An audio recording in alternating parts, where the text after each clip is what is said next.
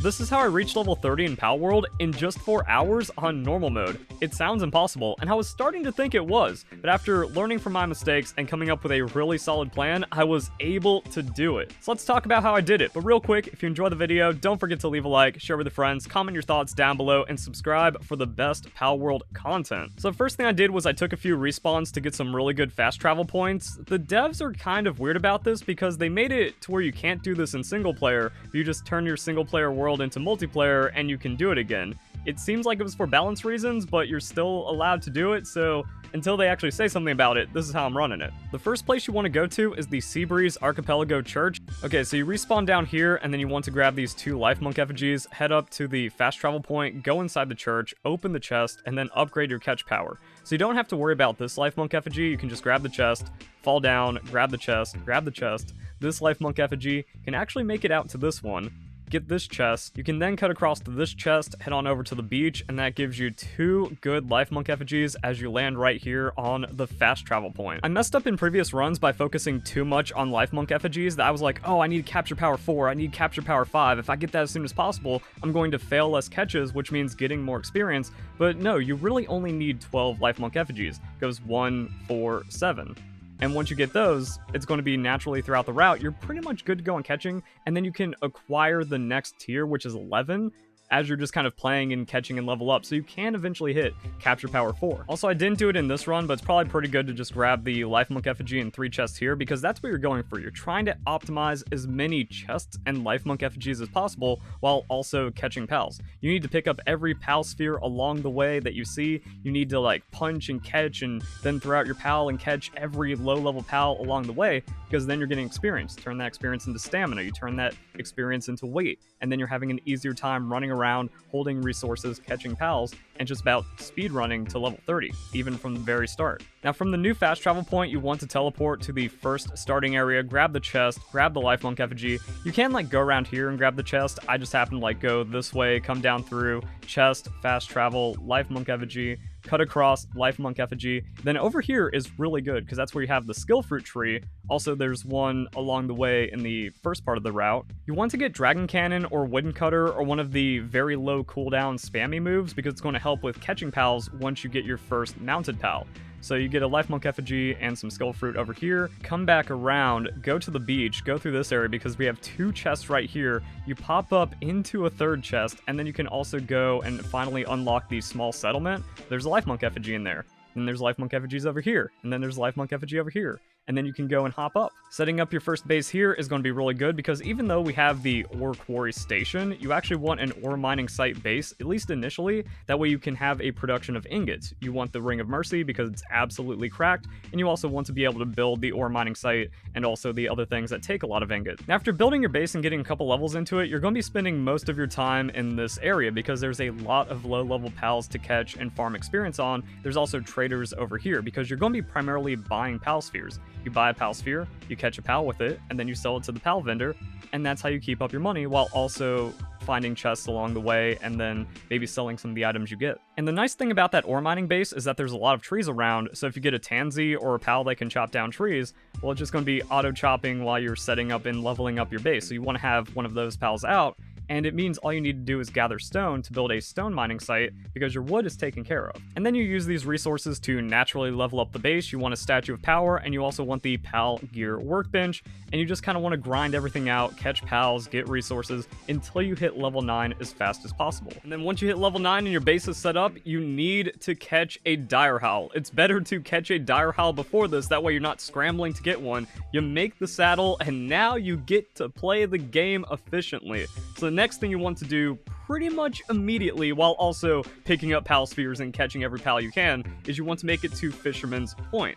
Now, if you go through Obsidian Mountain, there's a couple of chests you can go and collect along the way. You also need to get as much money as possible. So hopefully you've opened up enough chests and you have enough pals to sell to where you can buy the heat-resistant armor that's available in Fisherman's Point. Now, if you're still trying to make this like a speedrun challenge, you pretty much want to immediately teleport to the Eastern Wild Island spawn. If you don't have it unlocked, you can just go to your base, take the respawn, get the Eastern Wild Island, go back to the base, pick up your items, and then you want to head out to the desert. Now, the biggest reason you're going to the desert is to open as many treasure chests as you can. Every treasure chest you see that isn't guarded by a syndicate or a pal that will absolutely destroy you, you want to open for the gigaspheres, hyperspheres, money, as well as the other resources that come with it. You can unlock the Dune Shelter fast travel. That's strongly recommended because you will be heading there at some point. But you don't really need to buy anything there. Now, the desert is pretty much all treasure chests, especially in the north, so you just want to make some kind of lap around the top end of the desert and grab a lot of treasure chests.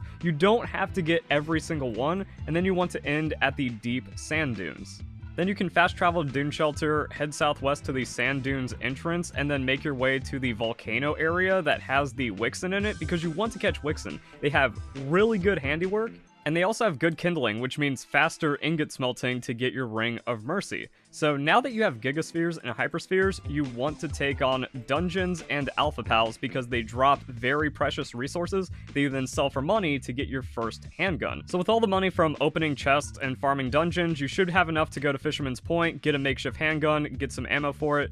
You want to do this to make dungeons even easier to clear. Also, it helps out with catching pals, even though you still want to be using like the shots on your Dire Howl. And your Dire Howl just gets better at it because by clearing dungeons, you get the training manuals, so you can max out the level of your Dire Howl, and then you can just spam shots on enemy pals to easily catch them. You can also use the money from dungeons to buy more pal spheres, and now the goal is hitting level 19 as soon as possible. That way you can make the Ring of Mercy, which means GG easy, you beat the game. The Ring of Mercy is absolutely cracked. It's the best item in the game. It means you don't have to worry about overkilling any wild pals. It's always going to be at the highest catch rate, so you bring it down to 1 health either with like your handgun, which is good for alpha pals and boss pals, or maybe like slightly higher level, stronger pals. You can also keep comboing them down with the moves on your Dire Howl, and then you just catch. And then you just catch, and you need to clear out and catch every pal species that you got. Max out catching every pal in the Seabreeze Archipelago. You're going to need to do it.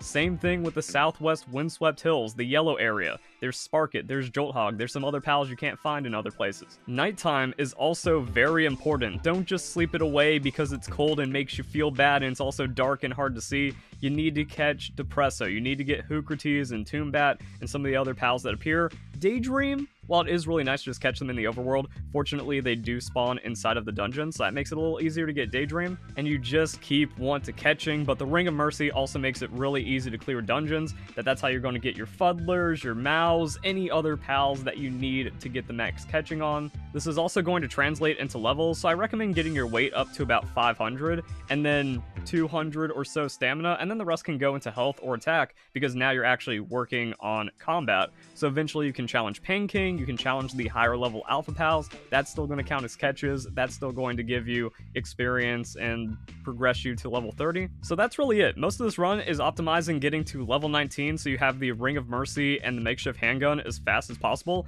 and then nothing really gets in your way.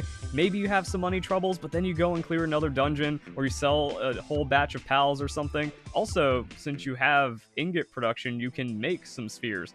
Once you clear out all the low-level ones, maybe you need some mega spheres. Maybe you need to do a little bit of extra chest running to get some of the higher-level spheres to make the game easier. And the thing is, I ended up being minutes away from going over the 4-hour mark, so I just barely completed the challenge. That means we gotta go to the last-ditch effort over here and grab some Bozzarina.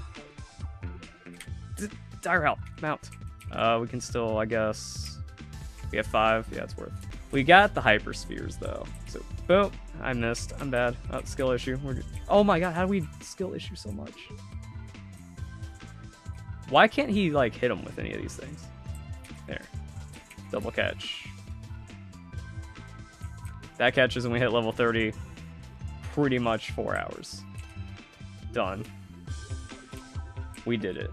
And the question is, why? Why rush level 30 so fast? Well, the thing is, Palworld is still a hard game. Only 10% of people have actually beaten Victor and Shadowbeak, and 70% of you still haven't even beat Lylene. Anyone saying the game doesn't have enough content because it's early access or that there's no postgame is straight up lying, because no one's actually beaten any of the bosses. So that's kind of like the next point. It's like, oh, level 30, you catch a Pyren, it augments your damage with fire, and then you just shoot down Lylene. So like now you have easy access into the mid-game bosses. Because like, oh, level 30 out of 50, you know, we're mostly done with the game. Not even close. Like, Lylene is still early to mid-game. Now, my hope for this challenge is I could actually end with a Pyron and Pyron saddle under 4 hours and then just be completely set for like the next 10 levels throughout the game, because by going into the more mid area of the island, there's a lot of grass pals. So you just handgun, megasphere, and then you can go and catch like another 100 pals for the bonus experience. And by doing that, you get higher levels to get better mounted pals. So Phalaris is 1400 mounted speed, which is one of the fastest pals, and also 230 stamina. So if you want to get all of your life monk effigies, if you want to explore more and like complete out the map, that's going to be really good to have around late level 30s. You can also kind of get a Ragnarok or a Beacon at some point. Those are still going to be really good pals. So really, this is setting you up for the most success in the quickest way possible in Palworld. Like, this is just straight up the best guide, which is why you need to like, comment, subscribe, share, tell everyone about this if anyone wants to take Palworld seriously, and the guide only gets better with time. And as more content comes in, and there's PvP, and the game eventually gets released, yeah, you actually want to play optimally, or you're not going to have a good time. So here's the interesting thing. You can go Sweepa plus Toombat, and that just gives you Anubis through breeding, and you're already into level 30, so you just got to build out your base a bit more, which you now have the luxury to do so, and not only do you get Anubis, but that's the ticket to getting Phalaris. Vanworm, Anubis, Phalaris. That's it. GG easy. So you are incredibly stacked just a few hours into the game. What's taken people 40, 50 hours, you're going to have in less than 10, and that's pretty awesome. So there we go, guys. That's the best Palworld starting guide, leveling guide, mid-game guide, early game guide, all of that fun stuff. Hope you guys enjoyed the video. Hope you all have a nice day. Thank you very much for watching.